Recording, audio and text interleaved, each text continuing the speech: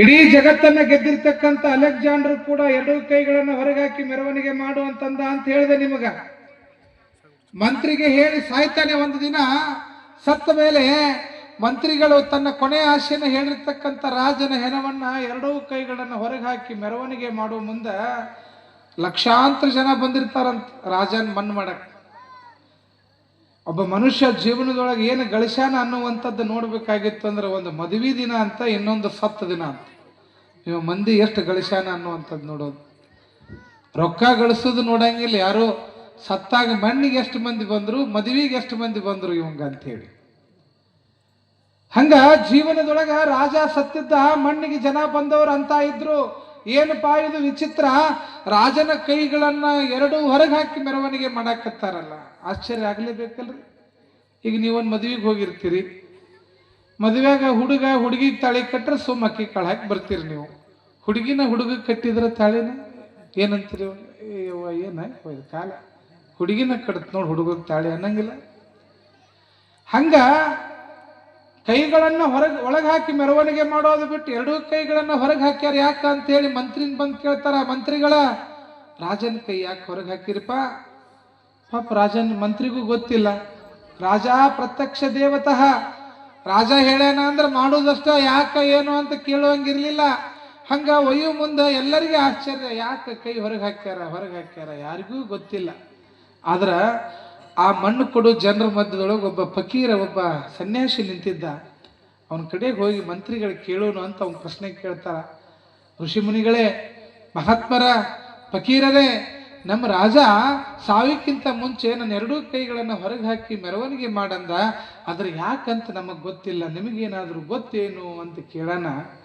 ಅವಾಗ ಫಕೀರರು ಎಂತ ಮಾತು ಹೇಳ್ತಾರ ಹಿಂದಿ ಒಳಗೆ ಅಂದ್ರೆ, ಹೇಳ್ತಾರೆ ಅವರು, ಏಕ್ ಜಮಾನ ಐಸಾ ತಾ ಸಾರೆ ಜಹಾ ಕೆ ಮಾಲಿಕ್ ತೆ, एक जमाना ऐसा था सारे जहां के मालिक थे, जब दुनिया से निकले दोनों हाथ खाली थे.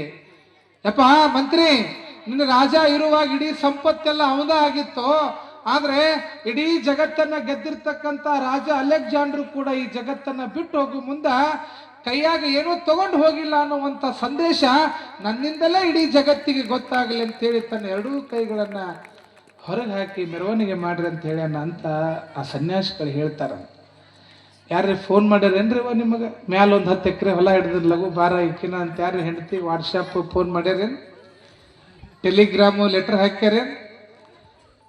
ಎಲ್ಲಿ ಹೋದು ಕಳ್ಸೋರು ನೀವು ಎಲ್ಲಿ ಕಳಿಸಿದ್ರು ಗೊತ್ತಿಲ್ಲ. ಹೋಗ್ಯಾನ, ಕಳ್ಸೋರು ಕಳಿಸಿದ್ವಿ. ಹಂಗ ಇರೋದ್ರೊಳಗೆ ಒಂದಿಷ್ಟು ಪುಣ್ಯದ ಕಾರ್ಯ ಮಾಡ್ರಿ. ಇದು ನೀರ ಮೇಲೆ ಗುಳ್ಳಿದ್ದಂಗೆ ಈ ಜೀವನ, ತಿಳ್ಕೊಂಬಿಡ್ರಿ. ಯಾವಾಗ ಹೊಡಿತೈತೆ ಗೊತ್ತಿಲ್ಲ. ದೇವರು ಹಣೆ ಬರದೊಳಗೆ 100 ವರ್ಷ ಆಯುಷ್ ಅಂತ ಕೊಟ್ಟಾನ, ಇಲ್ಲ ಅಂತ ನಾ ಹೇಳಂಗಿಲ್ಲ. ಆದ್ರೆ ಡುಬ್ಬದ ಮೇಲೆ ಒಂದು ಶೀಲ್ ಹೊಡೆದಾನ, ಏನಂತ? ನೋ ಗ್ಯಾರಂಟಿ ಅಂತ ಹೊಡೆದಾನ. ತಿರುಗಿ ನೋಡ್ಬೇಡ್ರಿ, ಕಾಣಂಗಿಲ್ಲ. ಅದು ಹನಿ ಮೇಲೆ 100 ವರ್ಷ ಐತಿ ಒಪ್ಕೊಳ್ದ, ಆದ್ರೆ ಡುಬ್ಬದ ಮೇಲೆ ಏನೈತಿ? No guarantee. ಯಾವಾಗ ಹೋಗ್ತೈತೆ ಗೊತ್ತಿಲ್ಲ, ಯಾವಾಗ ಜಗ್ಗನಕ್ಕ ಬಬ್ಬನಕ್ಕ ಏನ್ರಿ. ಒಂದು ಮುದುಕೊಂದು 80-90 ವಯಸ್ಸಾಗಿತ್ತಂತ ಹಾಸಿಗೆ ಹಿಡಿದಿತ್ತು.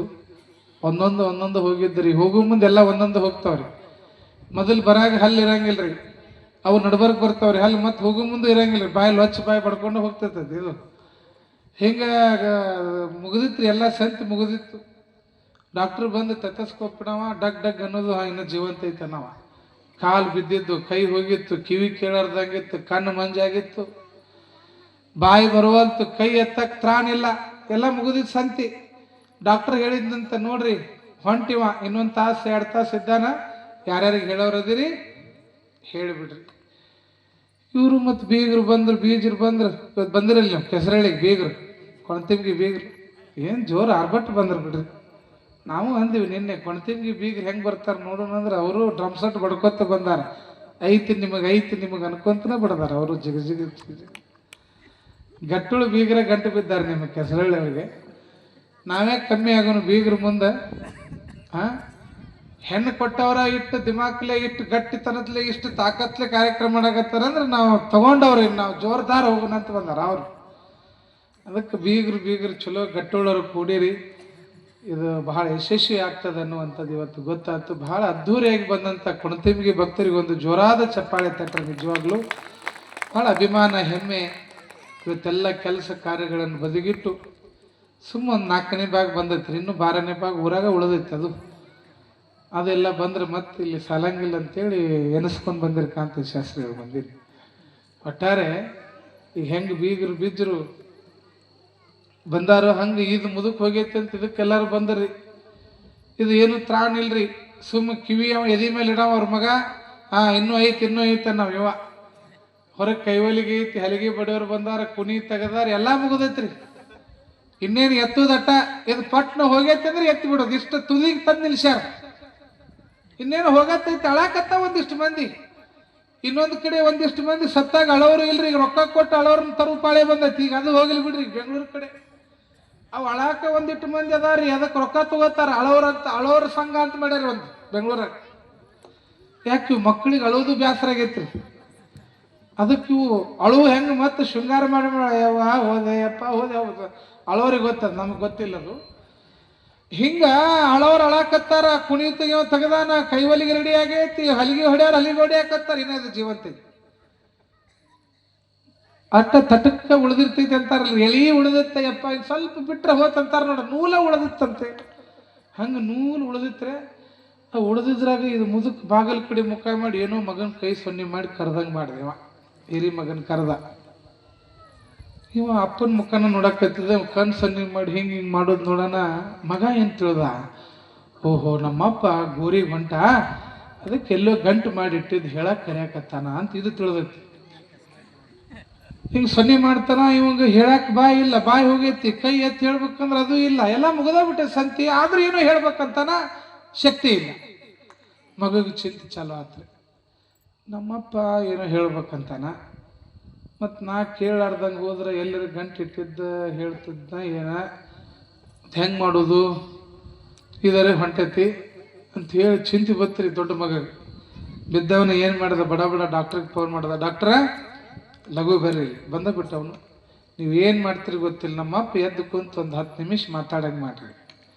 ಅವನು ಇದ್ದ ಚಲೋ ಟೈಮ್ ಅಂದ ಡಾಕ್ಟರ್. ಒಂದು 3 ಲಕ್ಷದ ಇಂಜೆಕ್ಷನ್ ಇತ್ತಮ್ಮ, ಮಾಡಿದ್ರೆ ನಿಮ್ಮಪ್ಪ ಒಂದು ತಾಸು ಎದ್ದು ಕುಂತು ಮಾತಾಡ್ತಾನ. ಇವಂಗ ಗಣ ಚಿಂತೆ ಬೇಕ್ರಿ, ಕೈವಲಿಗೆಗೆ ಹಲಿಗೆಗೆ ಮೊದಲು ಇದು ಸಾಲ ಮಾಡಿ ಚುಟ್ಟ ಸೇರಿ ಸತ್ ತಾಯಕತ್ತೈತಿ, ಇದ್ರ ಹೆಣ್ಣಕ್ಕೆ ಮತ್ತೆ 3 ಲಕ್ಷ ಬಡಿಲೇನು ಅಂತ ಒಂದು ಕಡೆ. ಇನ್ನೊಂದು ಕಡೆ ಎಲ್ಲರ ಗಂಟು ಇಟ್ಟಿದ್ದು ಅದಕ್ಕಿಂತ ಜಾಸ್ತಿ ಗಂಟು ಸಿಕ್ಕರೆ ಪುಣ್ಯ ಅಲ್ಲ ಅಂತ ಅದೊಂದು ಕಡೆ. ಮನುಷ್ಯನ ಮನಸ್ಸು ಹೇಳ್ತೀನಿ. ಆಗಲಿ 3 ಮಂದಿ ಗಂಡ್ಮಕ್ಳು ಇದ್ರು, 3 ಮಂದಿ ಅಟ ಹಂಚ್ಕೊಂಡು 3 ಲಕ್ಷ ಎಲ್ಲ ನಾವೊಂದು ಹಾಕಿ ಕೊಟ್ಟು ಮಾಡಿಸೇ ಬಿಡೋಣ ಅಂತ. ಅವನು ಡಾಕ್ಟರ್ ಶಾನೆ ಇದ್ರಿ, ಮೊದಲು ಕೊಡ್ರಿ ಮಕ್ಕಳ್ರೆ, ಮತ್ತೆ ಹೋದ್ಮೇಲೆ ನೀವು ಕೊಡ್ತೀರ ಎಲ್ಲಿದಂತ ಮೊದಲು ಬಳ್ಕೊಂಡು ಅವ್ರ ರೊಕ್ಕ. ಅದು ಎಂಥ ಇಂಜೆಕ್ಷನ್ ಇತ್ತು ಮಾಡೋದ್ರಾಗ ಮುದಕ್ಕೆ ಹೋಗೋದು ಎದ್ದು ಕುಂಡಿರ್ಬೇಕ, ಅದು ಎದ್ದಕ್ಕೆ ಕುಂತ್ರಿ, ಅದು ಮುದಕ್ ತಾಕತ್ತು ಬಂತು. ಹಿರಿ ಮಗ ಹೋದ, ಯಪ್ಪ ಹೇಳಪ್ಪ ಮಗನ. ಏನಿಲ್ಲಪ್ಪ, ಮತ್ತು ಆಗಡೆ ಏನೋ ಸನ್ನಿ ಮಾಡಿ ಹೇಳಕತ್ತಿದ್ದೆಲ್ಲ, ಮತ್ತೆ ಈಗ ಹೇಳಿಬಿಡಪ್ಪ ಲಘುಟ್ನ, ಮತ್ತೆ ಒಂದು ತಾಸು ಹೋದ್ರೆ ಮತ್ತೆ ಎಲ್ಲಿ 3 ಲಕ್ಷ ತರಲಿಪ್ಪ ನಾನು. ಲಘು ಹೇಳು, ಎಲ್ಲಿ ಗಂಟು ಇಟ್ಟು ಏನಪ್ಪ ಅದನ್ನ ಹೇಳಕತ್ತಿದ್ದೇನು ಅಂತ ಮಗ ಹೇಳೋದಕ್ಕೆ ಪಟ್ ಅಂತ ತಲೆಗೆ ಹೊಡೆದ್ ಬಿಟ್ಟಂತೀವಿ. ಯಾಕೆ ಗಂಟು ತಂದಿಲ್ಲ, ಕೊಡೋದೆಲ್ಲ ಕೊಟ್ಟಿನಲ್ಲ, ಮತ್ತೇನೋ ಬಾಗಲ ಕಡೆ ಹಿಂಗೆ ಸೊನ್ನೆ ಮಾಡಿ ಹೇಳಕತ್ತಿದ್ದಿಲ್ಲಪ್ಪ. ಏನು ಬುದ್ಧಿಗೇಡಿ, ಗಂಟು ಇದ್ದಿದ್ದು ಹೇಳಕತ್ತಿದ್ದಿಲ್ಲ, ಎಮ್ಮಿ ಕರ ಕಸ್ಬರಿಗೆ ಬಡ್ಡಿ ತಿನ್ನಕತ್ತೈತಿ, ಹೊಡಿರ್ಲಿ ಅಂತ ಹೇಳಕತ್ತಿದ್ದೆ ಅಂತೀವ. ಹೊಂಟಾನೆಲ್ಲಿವ, ಹೊಂಟಿದ್ದೆಲ್ರಿ ಇವ ಗೋರಿಗೆ ಹೊಂಟಾನ, ಕಸಬರಿಗೆ ಬಡ್ಡಿ ಮೇಗೆ ನಾಶೆ ಬಿಟ್ಟಿಲ್ಲ. ಎಮ್ಮಿ ಕಸಬರಿಗೆ ತಿನ್ನಕತ್ತೈತಿ, ಹೊಡಿ ಅಂತ ಹೇಳಕ್ ಹೊಂಟಿದ್ನಂತೀವ. ಒಂದು ಇದು 3 ಲಕ್ಷ ಹೊತ್ತ ಶಿವ ಏನು ಮಾಡಿದೆವು. ಹಂಗ ಆಸೆ ಎಂಬುದು ಅರಸಂಗಲ್ಲದ ಶಿವಭಕ್ತರಿಗುಂಟೇನಯ್ಯ. ಆಸೆ ಇರಬೇಕು, ಅತಿ ಆಸೆ ಇರಬಾರ್ದು. ಆಸೆಯೇ ದುಃಖಕ್ಕೆ ಕಾರಣ. ಅದಕ್ಕೆ ಅತಿ ಆಸೆ ಪಟ್ಟು ಈ ಜೀವನವನ್ನ ಬಂಗಾರದಂತ ಬದುಕನ್ನ ಹಾಳು ಮಾಡ್ಕೊಳಕತ್ತೀವಿ ನಾವು. ನಿಮ್ಮನ್ನ ಒಲಿಸಲು ಬಂದ ಕಾಯವನ್ನ ಕೆಡಿಸಲಾಗದು ಅಂತಕ್ಕಂಥದ್ದು. ಕೂಡಲ ಸಂಗನ ಶರಣರ ಒಲಿಸಲು ಬಂದ ಕಾಯವನ್ನ ಕೆಡಿಸಲಾಗದು ಅಂತೇಳಿ, ಅದಕ್ಕೆ ಬಂಗಾರದಂತ ಜೀವನದ, ಬಂಗಾರದಂತ ಬದುಕದ, ಅದಕ್ಕೆ ಆಸೆ ಪಟ್ಟು ಪಟ್ಟು ಪಟ್ಟು ಬಂಗಾರದಂತ ಜೀವನ ಹಾಳು ಮಾಡ್ಕೊಳಕ್ ಹೋಗ್ಬೇಡ್ರಿ. ನಮ್ಮ ಬದುಕು ಕೂಡ ಶರಣರು ಹೆಂಗೆ ಬದುಕೋದ್ರೋ ಅಂತಹ ಜೀವನವನ್ನು ಬದುಕಿದ್ರ ನಾವು ಶರಣರಂಗ ಜಗತ್ತಿನೊಳಗೆ ಅಜರಾಮರವಾಗಿ ಉಳಿತೇವೆ ಅಂತಕ್ಕಂತಹ ಸತ್ಯದ ಮಾತನ್ನು ತಾವು ಇವತ್ತಿನ ದಿನ ತಿಳ್ಕೊಳ್ಬೇಕು ಅನ್ನುವಂಥ ಮಾತನ್ನು ತಿಳಿಸ್ತಾ ನಾಳೆ ವಿಶೇಷವಾದಂಥ ಪ್ರವಚನ ಕಲ್ಯಾಣ ಬಸವಣ್ಣ ಒಬ್ಬೊಬ್ಬ ಶರಣರು ಬರ್ತಾರ. ಅದ್ಭುತವಾಗಿ ಯಾವ್ಯಾವ ಶರಣರು ಯಾವ್ಯಾವ ಮಹಾತ್ಮರು ಏನೇನು ಈ ಸಂದೇಶವನ್ನು ಕೊಟ್ಟು ಹೋದ್ರು ಈ ಜಗತ್ತಿಗೆ ಅನ್ನುವಂಥ ವಿಷಯವನ್ನ ನಾಳೆ ದಿನದ ಪ್ರವಚನದಲ್ಲಿ ನೋಡೋಣ ಅನ್ನುವಂಥ ಮಾತನ್ನು ತಿಳಿಸ್ತಾ ವಿಶೇಷವಾಗಿ ಸಮಯ ಭಾಳ ಆಯಿತು. 8:00 ಪ್ರಾರಂಭ ಆಗೈತೇವ. ನೀವೇನು ಪುಟ್ಟಕ್ಕನ ಮಕ್ಕಳು ನೋಡೇ ಬಂದ್ರೆ ನೀವು 8:00 ಬರಾಕತ್ತೀರಿ. ದಯವಿಟ್ಟು ನಾಳೆ ಸರಿಯಾಗಿ 7:00 ಬರ್ರಿ ಅಂತ ಹೇಳ್ತಾ ವಿಶೇಷವಾಗಿ ಇವತ್ತು ಸಮಯ ಭಾಳ ಆಗಿದ್ದಕ್ಕೆ ಕ್ಷಮೆಯನ್ನು ಕೋರಿ ನಾಳೆ ಮತ್ತೆ ಸರಿಯಾದ ಸಮಯಕ್ಕೆ ಪ್ರವಚನ ಪ್ರಾರಂಭ ಮಾಡೋನು. ತಾವು ಇದೇ ರೀತಿಯಾಗಿ ಹೆಚ್ಚು ಸಂಖ್ಯೆಯಲ್ಲಿ ಪಾಲ್ಗೊಳ್ಬೇಕು. ಭಾಳ ಜನ ಈ ಕಡೆ ಕೋರಂ ಭರ್ತಿ ಆಗಕತ್ತೈತ್ರಿ, ಈ ಕಡೆ ಭರ್ತಿ ಆಗುವಂತ. ಇವತ್ತು ಲೋಕಲ್ ಬಸ್ ಬಂದವ್ರಿ, ಎಕ್ಸ್ಪ್ರೆಸ್ ಬಸ್ ಬಂದವ್ರಿವ. ಲೋಕಲ್ ಬಸ್ ಬಂದವು. ಒಂದಿಷ್ಟು ಮಂದಿ ಕಟಮಾದಾಗ ಆಟೋದಾಗ ಬಂದಿದ್ದು ನೋಡಿದೆ. ಬೇರೆ ಹಳ್ಳಿಯಿಂದೆಲ್ಲ ಬರಾಕತ್ತಾರ. ಮತ್ತು ಯಾರ್ಯಾರು ಟ್ರ್ಯಾಕ್ಟರ್ ಜೀಪು ಗಾಡಿ ಇದ್ರೆ ಸುಮ್ಮನೆ ಮನೆ ಮುಂದೆ ನಿಲ್ಲಿಸ್ಬೇಡ್ರಿಪ್ಪ. ಶರಣರ ಸೇವಾ ನಡೆದದ. ಗಾಡಿ ಇರ್ತಾವ, ಏನು 2-3 ಕಿಲೋಮೀಟರ್ ದೂರ ಗಾಡಿ ವ್ಯವಸ್ಥೆ ಮಾಡಿದ್ರಿ ಅಂತಂದ್ರೆ ಅವ್ರ ಹೆಸರು ಇಲ್ಲಿ ಮೈಕ್ನಾಗ ಹೇಳ್ತೀವಿ ನಾವು. ನಾಳೆ ರಂಭಾಪುರಿ ಜಗದ್ಗುರು ವೇದಿಕೆ ಮೇಲೇ ಅವ್ರಿಗೆ ಆಶೀರ್ವಾದ ಮಾಡಿಸುವಂಥ ಕೆಲಸ ಮಾಡ್ತೀವಿ. ವಾಹನಗಳು ಯಾರು ಇದ್ದು ಅಂತಂದ್ರೆ ಒಂದಿಷ್ಟು ಮಂದಿ ಬರ್ಬೇಕನ್ನೋ ಆಸೆ ಅದ, ಆದ್ರೆ ದೂರ ಆಗೈತೆ ಬಿಡಯಪ್ಪ, ಎಲ್ಲಿ ಹೆಂಗೆ ಹೋಗುದು ಅನ್ನುವಂಥ ಚಿಂತೆ. ಅದಕ್ಕೆ ಅಲ್ಲೆಲ್ಲಿ ಯಾರ ಗಾಡಿಗಳಿದ್ರೆ ದಯವಿಟ್ಟು ವಾಹನದ ಸೇವೆಯನ್ನು ಮಾಡಿದರೆ ಇನ್ನೂ ಒಂದಿಷ್ಟು ಜನ ಪ್ರವಚನವನ್ನು ಕೇಳಿ ಕೃತಾರ್ಥರಾಗ್ತಾರೆ ಅನ್ನುವಂಥ ಮಾತನ್ನು ತಿಳಿಸ್ತಾ ಹೆಚ್ಚಿನ ಸಂಖ್ಯೆಯಲ್ಲಿ ತಾವೆಲ್ಲ ಮತ್ತೆ ನಾಳೆ ದಿನ ಕಾರ್ಯಕ್ರಮದಲ್ಲಿ ಪಾಲ್ಗೊಳ್ರಿ ಅನ್ನುವಂಥ ಮಾತನ್ನು ತಿಳಿಸಿ ಇವತ್ತಿನ ಪ್ರವಚನ ಸೇವೆಗೆ ಪಾಲ್ಗೊಂಡಿರುವಂಥ ಕೊಣಂತಿಮ್ಮಿಗೆ ಹಾಗೂ ಕೆಸರಳ್ಳಿ ಹಾಗೂ ಸುತ್ತಮುತ್ತಲ ಗ್ರಾಮಸ್ಥರಿಗೆ ಎಲ್ಲರಿಗೂ ಶುಭವಾಗಲಿ ಅಂತ ಹಾರೈಸಿ ಇವತ್ತಿನ ನನ್ನ ಪ್ರವಚನ ಸೇವೆಯನ್ನು ಮಂಗಲಗೊಳಿಸ್ತೇನೆ. ಹಾಗೆ ವಿಶೇಷವಾಗಿ